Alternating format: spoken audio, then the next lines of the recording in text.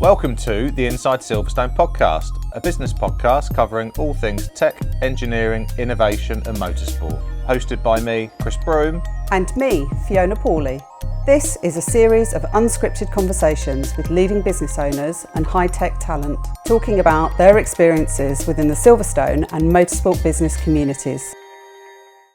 Welcome to this episode of Inside Silverstone, a business podcast talking all things high-tech. And today we are getting super tech with AI. Please welcome Gary Brotman, CEO from Secondmind. Welcome to Inside Silverstone, Gary. How are you doing today? I am doing great. Thank you for having me. Thanks for joining us. So you are currently the CEO of Secondmind. Do you want to tell us a little bit about what Secondmind is and or does? Sure. And I'll try to be as succinct and as brief as possible because I do like talking about this and I could go on forever. At Secondmind, we're developing a cloud-based, or we say cloud-native optimization platform that automakers are using to save time and materials in the design and development of components, subsystems, and systems in both passenger and commercial vehicles. We also do some work in motorsports, but most of it is in the commercial vehicle sector. The overall goal is to help engineers build better cars and do it faster, and using the most advanced AI technology for these types of problems in automotive. We've been focused on the automotive sector for about 3 years now. The company is almost 8 years old, though. Started off as a research outfit in Cambridge, exploring all kinds of industries and problems with its breed of machine learning. We call it active learning. And the first 5 years or so was really a lot of experimentation, trying things in different industries like finance and online gaming and supply chain.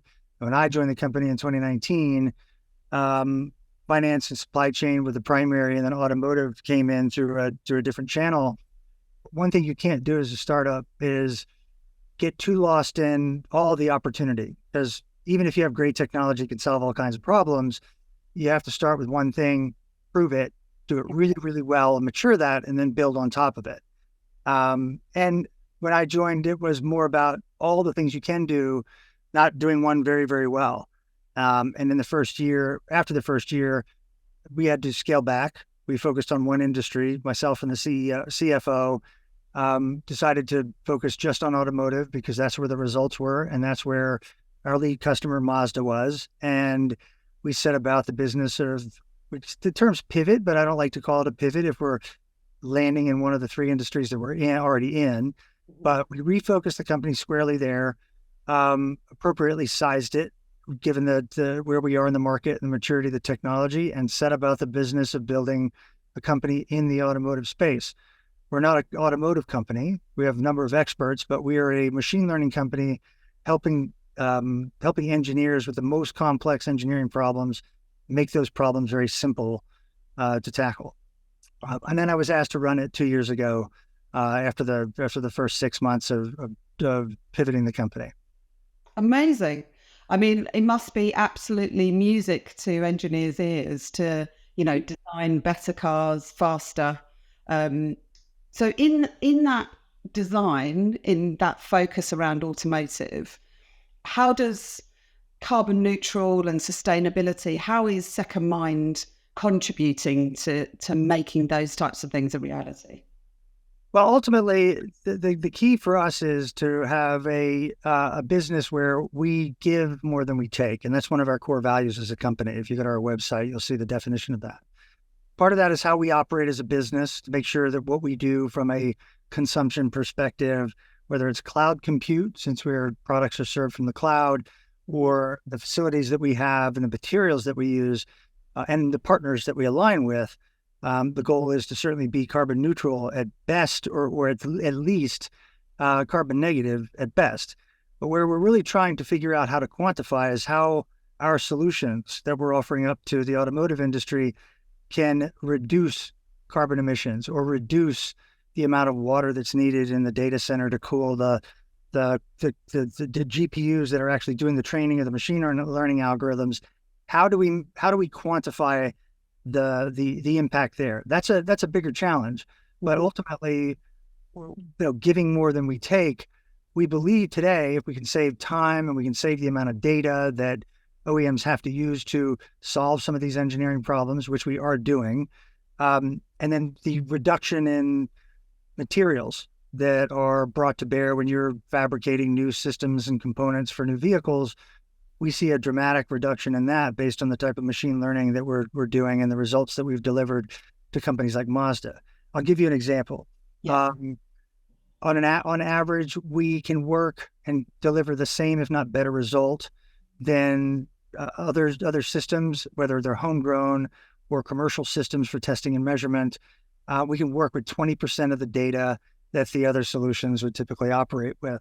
And data is one of the big things that everybody talks about today. Is like the more data you have, the better you're going to be, the better the results. And there are big problems in automotive where more data is better, like autonomous driving. Yeah. You want as many pixels as possible to train the algorithms that are going to keep the precious cargo in the vehicle safe, me and you and our families and those on the road. But when you get into design and development, data is your enemy. Yeah. Too much data can create too much time. There's too much compute needed to crunch through that data and to simulate different configurations. Exactly. So we can typically work with 20% of the data you would have otherwise. There's a pretty big reduction in data. That means a reduction in the amount of compute needed and the reduction of time. So if you're calibrating a system like a motor or an inverter, we could do that in more than half the time or less than half the time. And that time reduction and the results that we deliver being more precise, you don't have to fabricate as many prototypes during each program. We have one customer that said engines that they were calibrating or that they plan to calibrate with our solution, they would fabricate 5 in a program. They'd only need to fabricate 3 for the reasons that I just mentioned. So there is a material impact. How that scales, and even if you go down to providing, once I'm able to tell a partner, an OEM, that or able to take their data and to show a case study to say the reduction in time it took for them to identify this optimal configuration, let's say a hybrid system, the time savings, time to market, the amount of materials, compute, everything else, and then that end product. Ideally, that end product is utilizing energy from the battery for a longer period of time and keeping that battery out of the landfill as long as possible. There'll be all these different trailing effects. That is a very difficult thing to quantify. Yeah. But I can say today, if it's time and compute materials, we're already helping our partners do that. Amazing. And you are members of the Silverstone Technology Cluster, and you are located in Cambridge, but you're very much in the family, so to speak. And obviously, you are leading in this AI space. The things that are kind of the words that you use, and optimization, and to me it sounds very digital and very programming. And there is a lot of AI fear around at the moment. Would you agree with that? Yeah, I think that's an understated way of saying it. So from your perspective, how can we dispel the fear and start utilizing AI for good rather than in that sort of dark space that potentially it could go? There's more than one answer to that question. But I'll say that when we think of the Silverstone Technology Cluster and the companies that are members and those in the audience that are engineers that have already been in this world to begin with, yeah, the workhorse of machine learning algorithms they're already in the tools that are being used today. If you use MATLAB, if you use Simulink, if you use tools from ANSYS or Siemens or others, there's some form of machine learning already in these tools. Now, whether they're state-of-the-art or not is a question mark, and I think our supposition is that they're not state-of-the-art, especially the bigger the company, the more general those tools are. They don't really specialize in certain areas, and they take longer to advance. That's a kind of an insider's view from an engineering perspective. But then there's this other bigger new hype cycle associated with generative AI, which is what everybody's talking about now. The last hype cycle was around deep learning, which was all about neural networks and data. Generative AI is also deep learning. It's just on a scale that people have a hard time comprehending. This is all just evolutionary. It's not like this thing is that, let's say ChatGPT just showed up out of the clear blue.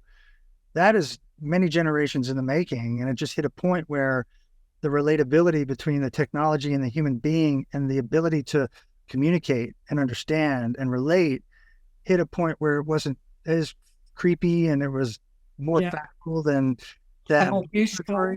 Yeah, and useful. Yeah. I think that's the thing is, if you view machine learning, and I have to forgive me that I try not to say AI, because to me AI isn't even the right. They're not even the right words, because it shouldn't be artificial. It should be augmented, like augmented intelligence. This stuff can augment your intelligence as an expert in what you do, or help you be better at what you do, or assist is another word.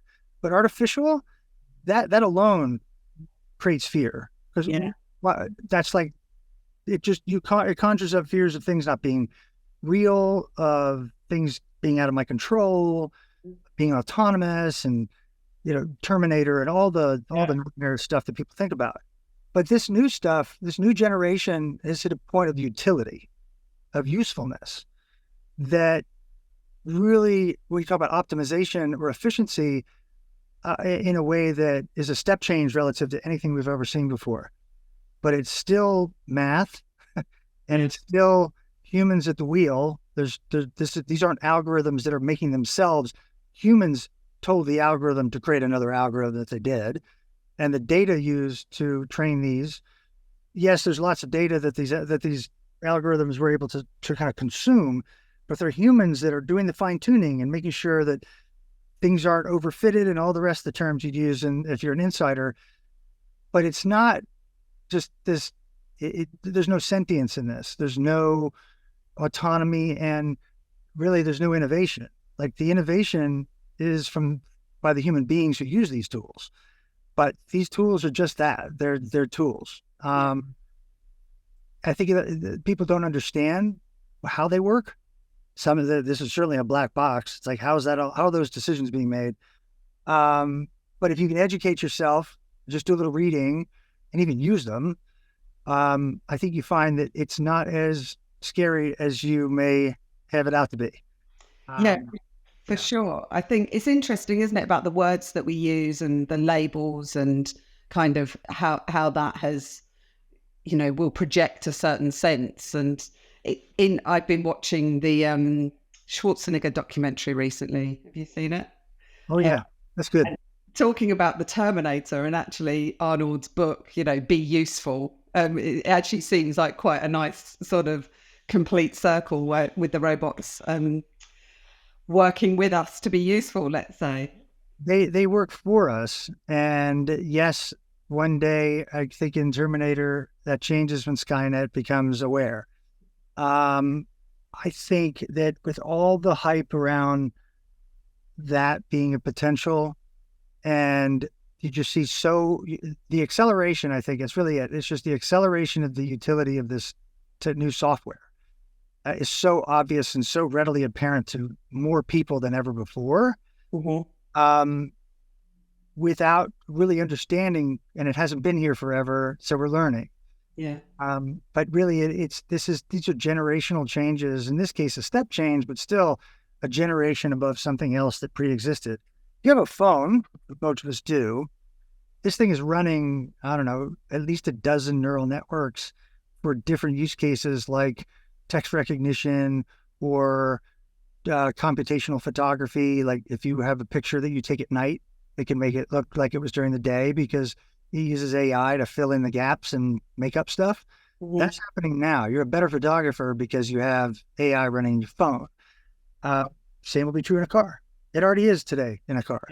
But where the hard part is, I think, that we see where we fit in, especially in design and development, in the creation of this vehicle, whether it's early concept or hardware that's in the loop to be tested before the vehicle, the final final design of the vehicle or final production of the vehicle, you have all kinds of other pressures that, along with this other fear, like I don't know what this stuff does and I have to trust it and I'm on deadline and I'm already upside down. Like, how do maybe I do trust it. Maybe I am technically savvy, but man, I don't know what it's doing. And it's my reputation on the line if I don't meet the deadline and deliver. That's not so much the fear of the AI itself as all these other pressures that make it difficult for me to make a change. Yeah.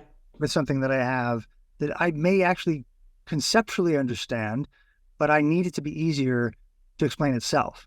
I need it to be easier to use. I need to be able to show people that if something went wrong, this is why, and this tool told me why, which is what we do. I think fears takes on different flavors depending on where you are. Yeah, absolutely. I think it's interesting what you've just said there. It kind of recalls to engineers who become promoted as managers or leaders, and suddenly they've got to start doing delegation to people. And actually, it is easier for me to just continue doing the work and doing the jobs rather than working through the pain point of learning how to delegate something so that the other army of engineers can do the work and do the jobs. And then you can move on to management, leadership, strategy, whatever it is. So I get that sort of pain point of switching to working more hand in hand with the software and the technology rather than just sticking with the known, quantifiable, safe, signed off by, managers kind of software that you know what you're getting, even if it takes you twice as long to get there. There is a certain safety in knowing what you're doing. I think that by and large, that's right. That's a good comparison, with one exception, and that's the last point, and that is the timelines haven't changed. In fact, the timelines need to be compressed. I was just reading an article today in Trucks. Trucks is a VC firm in the United States, an early stage investor, Riley Brennan, who's the lead. He wrote a piece today. In his newsletter, he captures all kinds of bits from around the world. And there was a quote about the timeline for production in China relative to the timeline in production elsewhere. And China is on an 18 to 24 month timeline, where the rest of the industry minimum is 4 years. So going back to my comment about the phone, this is the phone. This is the car of the future without wheels. It has to be. It has to be modular. It's based on software. The hardware is not the hardware and the powertrain and all the might that was the machine of the car of the past or today is not what the future needs to be. Or at least if you want to survive, you have to be like Tesla. You have to look at the car completely differently. The concept of it, the way it's designed, its capabilities and features, and the experience of driving needs to be completely different. And it's difficult when you're a big OEM or small OEM that is rooted in hardware waterfall development versus needing to think to operate in the world of software and be agile in the way that you develop. But there's plenty of lessons to be taken from the mobile phone business when you went from feature phones to smartphones, right? So what I say in presentations, and I actually put a feature phone in here. I put up a Nokia feature phone next to an iPhone. So you don't want to be the Nokias, but there's going to be a lot of Nokias in the automotive industry if OEMs can adapt to be more smart and see the vehicle more like this as an experiential device as opposed to the hardware that really made it what it was. So Secondmind, you say you've been growing for about 8 years and you've kind of come into a new growth phase at the moment. And, your talent base clearly is going to be experts in software, but you are looking to marry that engineering talent from automotive, aren't you? You're kind of, in terms of your growth. Tell us a little bit more about that. Yeah. So, like most technology companies, especially startups, we have spent the last couple of years I use the term survival mode, but I use it as a it's a badge of honor for us because we've been riding through what is the worst tech market downturn, I think, in memory, not recent, but memory. Also coming off of a period of time where money was free and investors were very liberal in how they invested and provided funds to startups and scale-ups. As we started our roadshow to raise funds, the market slowly just went. It was like a slow train wreck for like a year and a half, 2 years. About a year and a half in, we finally found a customer that wanted to invest, and three of our existing inside investors wanted to invest, and we just closed a round of funding a couple of weeks ago. So that was like, it opened up possibilities that we hadn't thought of in a while, one of which is growth. And we've altered our hiring strategy to focus more on hiring folks from all different disciplines within automotive, whether it's sales and BD or engineering, folks that are actually doing data science in automotive today, anybody that's been in software, whether it's application development at the OEM site or in engineering services companies or tier ones and tier twos, and software providers that are providing services to automakers. We have a number of subject matter experts from automotive in-house already, from McLaren and Rolls-Royce and JLR, but we need more. We're flush with machine learning experts, and with the growing group of automotive SMEs that we have, if we can augment that and have a different balance, we will be speaking as much about machine learning, or actually less about machine learning, more about the problem, the engineering problem, and marrying those two things together. Frankly speaking, when I talk to prospective customers, the one thing that makes it challenging for us is that they've already had other AI companies roll through, and they roll through with their secret sauce or their thing that's going to solve their problems, but they don't know how to communicate in the language of the customer. They come in talking machine learning, and there's a gap between the understanding and the knowledge and the language of a design engineer or a calibration engineer and somebody who's a machine learning expert. It's like, it can be very challenging, and we've experienced it. Fortunately, I think we're past that point of... You learned the language. We've learned the language more. Now, I have to say that I don't use the language a lot because I'm not down in the trenches as much. I try to be as neutral as possible. But that is a big challenge. And we're hiring right now software developers. I'm looking for a head of EMEA business development, and we will be looking for folks that have experience in automotive. Amazing. So any of our listeners out there, if you're interested in joining Secondmind, then do you think, actually, I'm curious about what's going on over there, you know who to get in contact. The details will be on the show notes. Let's step away a little bit from the business as it is and reflect a little bit more on your career history. How did you end up as CEO of Secondmind? You know, what's your journey been to get to this point? Well, I will say that how I ended up it wasn't planned. That's the first thing I'll say. But once I had the opportunity, I wish I'd tried to do this 10 years ago. I joined Secondmind in October of 2019 as the VP of Product and Marketing. And I moved here from San Diego, California, where I was the head of AI strategy and product planning at Qualcomm. And for those who know Qualcomm has very powerful processors and chips and all kinds of devices, big footprint in automotive too, and their business in automotive has grown considerably since I left.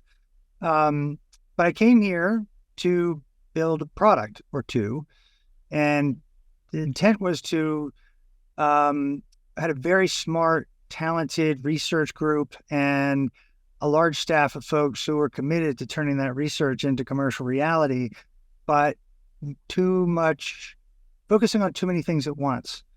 And I think I mentioned this at the beginning, building products is hard. Building a product is hard. Actually, finding product market fit is almost impossible. But the only way you do that is to focus and start with one thing and build from there. Well, there were 3 different industries and 5 different breeds of machine learning and so much we were doing. The first year, the one thing I can say that I was a part of leading was changing the company's brand name to Secondmind. But being able to build software that could actually deliver some and eventually all of the value that us as human beings to deliver to our customers, that's where the company needed to go. That's where the investors placed their money and placed their bets, was scalable software in the cloud that can solve problems that humans today do very inefficiently, or help them make better decisions with better data and better insights. So after the first year, it was very difficult. The board asked myself and the CFO to figure out at the end of 2020, how do we make their money last, and what do we do with the rest of the asset, people, technology, the whole thing. So there was a leadership change. Board and prior leadership agreed to switch out, and the CFO and I scaled the company back to 50 people. We were at about 100. And by the way, this is all during COVID. Like, nobody expects to have to go through these changes in the middle of COVID. And then when we repositioned the company, it was in automotive, because that's where the results were. Our lead customer, Mazda, was in Japan, and we were building something for them across the globe. But it was the right bet to place. And then 6 months after that, the board asked me if I wanted to run it. And I was a little nervous at first, like having not run a company, but it's different than what you think. At least it's different what I thought running a company was all about. And I've been learning for the past 2 years. So 2 years in, didn't expect to be the CEO, but I really enjoy it. The challenge is great. People are great. Learning more about myself is great. And right now we're ending a year in a way that we haven't, which is on a high note compared to the last few years. 2024 is going to be our best year ever. Yeah, I'll stop there. I don't know if you want me to go back further from that, but that's how I got here and in this role. Well, it's interesting, what you were saying there about it wasn't the plan. Quite often people don't have a plan.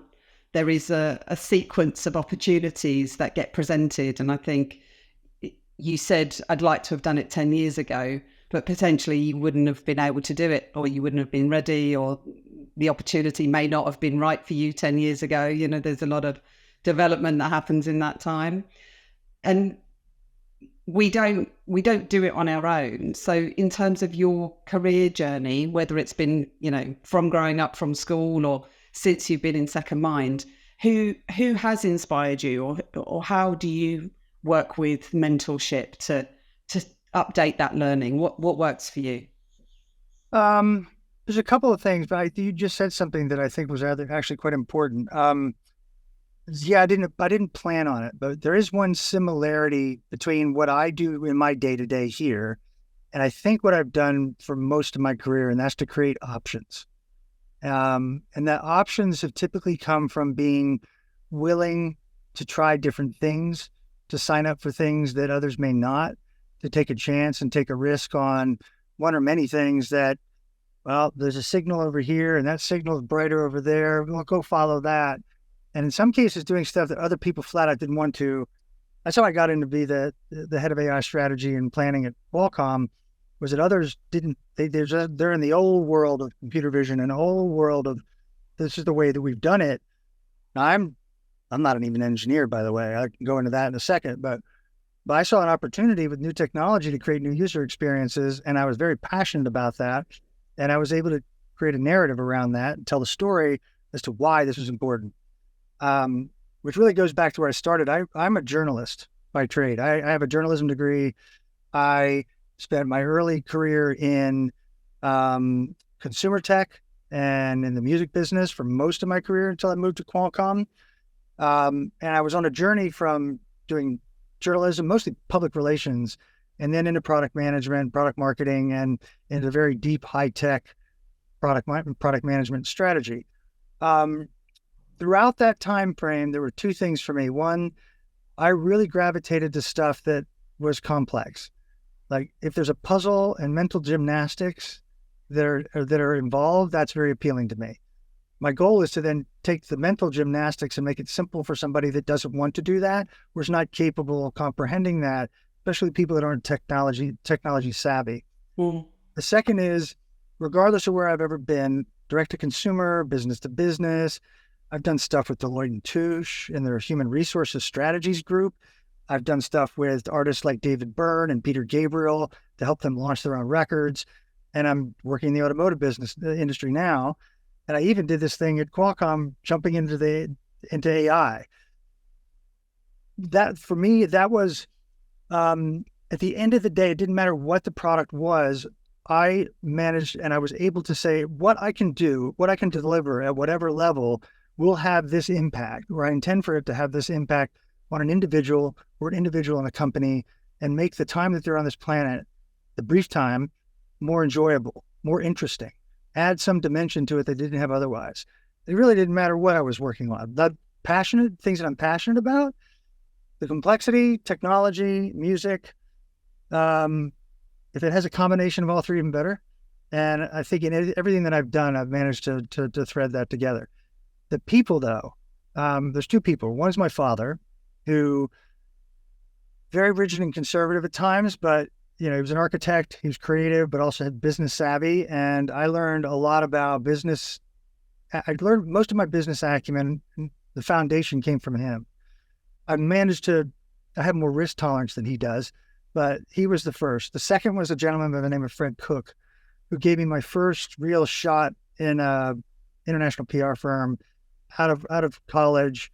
It was in Los Angeles, and he's been a mentor of mine ever since. In fact, he too was asked to become the CEO of a multinational company, the one that I joined and that he stayed with. And he wrote a book about being this unconventional CEO, giving advice to people. He wasn't supposed to be in that role, but this is what it took for him to get there. And this is how you can be a better professional. So Fred's probably the other guy. There's a handful of others. But those are the two that, if I said had the biggest impact throughout this entire span, that's what they'd be, my dad and Fred. It sounds like an exciting and varied kind of career. Your journalism obviously has a foundation in that storytelling. And from what you've said, the storytelling to you, it almost doesn't matter what the story is about, whether it's a product or a service or how it's bettering the individual or the company or the design or the efficiency, that it comes across quite clearly that you are passionate about that, communicating that story. And again, with quite often when we think about high tech and when we think about engineering and automotive and motorsport type careers, the focus tends to be on the mathematical and the logical, but actually it's in the arts and the creativity and the puzzle solving and the problem solving. That's where some of the magic really, really comes in. I think lots of people perceive engineering, for example, as a career that is quite sort of straight and, very math orientated, but actually it's puzzle solving. We've got this challenge, how much freedom can we have to create the best opportunity solution, whatever it might be. And just finally touching on, your father giving you that business acumen, I would second guess that you had much more freedom purely because of the generation that you're in. Those boomers were kind of looking at one career, very steady, very consistent. And again, going forward to kind of Gen Z, they're not going to have one career. They're not going to have one stream of income. It is about that. What is the sparkling opportunity over there that, might be a bit risky, but might, what happens when the rewards pay off, Yeah, I think that's right. I've been in 3 startups and 3 big corporations. So I've seen both sides. And my first startup, I remember I didn't know what I was going to tell my dad. It's like, I'm going to give up a perfectly good job at a big company with fine benefits. Are you mad? It's like, do you want to give that up? Yeah. It's the only way to make real progress. you just can't get stuck in. Well, some people enjoy that. So this isn't about criticism. Yeah. Where's the opportunity lie? Qualcomm was actually something that changed my perception of what it was like to work in a big company, because I considered. You ever heard the term intrapreneur? Like Qualcomm would give different groups and people the ability to run. I mean, Google's all that. Like you can just do whatever the heck you want. It's like Wild West. But at Qualcomm, they had some incubator groups and they fostered innovation, but you did so with a safety net. Yeah. So build something, but you weren't going to lose your job, and you had great benefits and all the rest that came with it. But yeah, there's a risk associated with innovation. In fact, it's all risk. There's more uncertainty in a startup than there is certainty. There's no blueprint. 10% of startups succeed, best number that I've ever seen. The other 90, well, you learn what not to do the next time you go to another startup. Mm. It's very rare that you see real fundamental change and innovation happen in a big company. Putting aside of what OpenAI does, but again, that is evolutionary. That's not something brand new. It's evolutionary. Yeah, there's all kinds of psychological studies and everything in all this. But yeah, as you were talking, I was just thinking, yeah, most of motorsport is about failure. There's only one winner, and the rest of them are first loser, second loser. And it's about that driving competition and looking at how do we do better next time, whatever that competition might be. Yep, I think you have to want, and not to say that motorsports, nobody wants to fail. I'd say in a startup, you have to have a desire for it to some degree, because you recognize that failure is learning. Yeah. And it also takes the pressure off, I think, if you're willing to accept that you're going to be wrong. Your budget's wrong, your timeline's wrong, the definition of the solution is wrong because your customer didn't really tell you what the problem was. They were actually talking about math, and the problem isn't math, it was people. Yes, what you have to do when you sit down at the beginning of the day and fire up your test bench, and it's all of that. It's that process, it's that workflow, it's that tool chain you deal with. The machine learning is a solution, part of a solution. It's not the whole thing. But yeah, you really have to have the appetite for being comfortable with failure, I think. Yeah, absolutely. Babies don't just stand up and walk the first time. They fall down 1,000 times. I'm very curious around tolerance is a lot what I do in terms of my day-to-day work. What are you tolerating? So I ask you, what are you tolerating that if I could wave a magic wand, it would change or evolve or disappear? Or what have you tolerated? And once you've stopped tolerating it and changed it or addressed it, what impact would that have? Either question. I think the question is actually easy to answer, but it's nuanced, because I don't want it to sound as though all hope is lost. When I came here to England and I came to this company, I came with preconceived ideas of what progress meant and what productivity was and what velocity was, and even what fear was. And the acceptance of it, the taste in your desire to fail, I guess the best way to put it. And then you combine that with being in a company in a part of the world for the first time with a global pandemic and all these other factors that force you, and rightly so, to compromise. What you thought was the reality actually isn't somewhere else. And then you have these other external factors that just compound one's ability to really figure out what works and what doesn't. And what I feel like I did more often than not, some good, some bad, was compromise. When you're survival mode, you compromise a lot. When you're not in survival mode, you still should compromise a lot. But when you have the freedom, financially and otherwise, to stick to your guns a little bit more and to say, no, it's time to decide. It's not time to debate anymore. Let's get on with it. Take a chance, take the risk, and go. I think the compromising is something that we as a company have done quite a bit. I've done specifically and personally.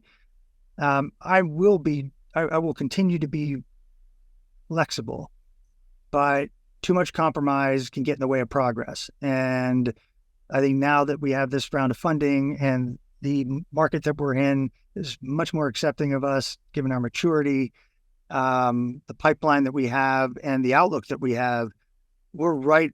We're right more than wrong, and we need to run. And compromise is there, but compromise isn't at the top of the queue. We need to do this for these reasons and get on with it. Interesting. Yeah, I mean, like you say, the COVID years threw so many different things at us, to us. It was like something like no other. And that perception piece that you talked about, you arrive, we all do it. We all arrive from our island. My understanding of this terminology is X, and with the COVID years, you can be in the same household, but two individuals will be having a completely different experience of what's going on, professionally and personally, and having the ability to compromise and recognize what are the things that are not of high value to me, that are of great value to them. Yep. I'm happy to relinquish on. And then with knowing and getting much more confident, secure, or financially secure, like you have as a business, knowing actually these are the things that we are going to stand by, these are the values, or this is the direction, or whatever it is, and finding your right tribe, your right customers who need that, want that, will come with you on the journey, I think is really integral to that personal success, but also professional success as well. So yeah, and I think the company is nobody. The company is nothing without the people that make the company what it is. And when I came here, I had a preconceived idea of where this company stacked up relative to the prior two startups I've been in. I tried to draw inferences to see, okay, is it similar to this Music Match or similar to Topspin? And it was more like Music Match, which is a successful startup that got sold to Yahoo for 160 million US. At that time, that was pretty significant. After the first year, I wasn't quite sure. There was like lots of chaos and crazy, and wasn't quite there. But where we are today, I am working with the most incredible people, the smartest people I've ever worked with. I feel it's humbling. Like sometimes I say, I don't know, like I'm not at the same level as this group. Fortunately, one of our values is around celebrating differences, but acting as one. And I believe firmly that a variety of DNA, different backgrounds, different cultures, sexual orientation, doesn't really matter what it is. That if you have a homogenized view of the world and you hire that way, you will get something, but it won't be that interesting. And you're certainly not going to innovate. We have a very diverse and inclusive group of people from all walks of life with all different types of expertise. And I feel like I belong in that because I'm an additive to that mix.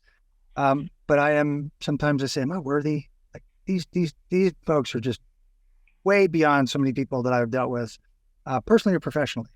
But I'm very proud to be a part of this mix here. Well, I think that diversity approach, I mean, it's so integral for innovation, and all diversities, all different ways and angles, and different contributions are going to make that such success. And just being in that space, for sure, you're worthy, right? You are different to them, whether they're tech minds or you're able to tell the story and you're able to spearhead the company. So it is a different combination, but it sounds like a successful one, which is exciting. We are certainly on our way. Good. Right, we're going to draw the podcast into a little close, but before we go, we always like to ask our guests, tell us about your first car. My first car, which I would like to have it, although not as much as my second car, was a 1968 avocado green Mustang with oxidized paint and a brand new black vinyl top when I bought it. Wow. And classic car, the year I took my first breath. Lot of symbolism in that car, but I didn't take care. I didn't appreciate it. I drove that thing into the ground, sold it for a fraction of what I bought it for. It wasn't in the best shape, but it was in pretty good shape, relatively speaking. It was a classic car. And I try not to have conversations about this with other gearheads that know and really value that. Want to burn you at the stake? Oh yeah, fully. My second car though was a 1983 Datsun 280ZX with T-tops and all the trimmings. That was my favorite car when I was growing up. It was quite a difference from the Mustang, but both of them, I would take them both now in a refurb manner, although I'd probably try to retrofit them with an electric motor, an inverter, and batteries. You might have to go and have a chat with Lunas. Yeah, but I have to find exactly the same ones. Like it can't be a slightly different model. It has to be the exact vehicle with this exact trim. Otherwise, it's not going to make the memory worthwhile. Yeah. Well, thank you very much. Is there anything else you'd like to add before we close out the pod? No, this was a great conversation, Fiona. I really appreciate it. Thank you for the opportunity to chat. Well, thank you for your time, and thank you to our listeners. Again, if you want to get in contact with Secondmind, all of their contact details are on the show notes, and we will look forward to hearing from you next time. Okay. Thank you for listening. We hope you enjoyed this episode. If you did, don't forget to like, subscribe, and please give us a 5-star review. The Inside Silverstone podcast is produced by the team at Longhurst. To listen to more episodes, please visit insidesilverstone.co.uk. Please note neither Fiona or Chris work for Silverstone Park, Silverstone Technology Cluster or Silverstone Circuit.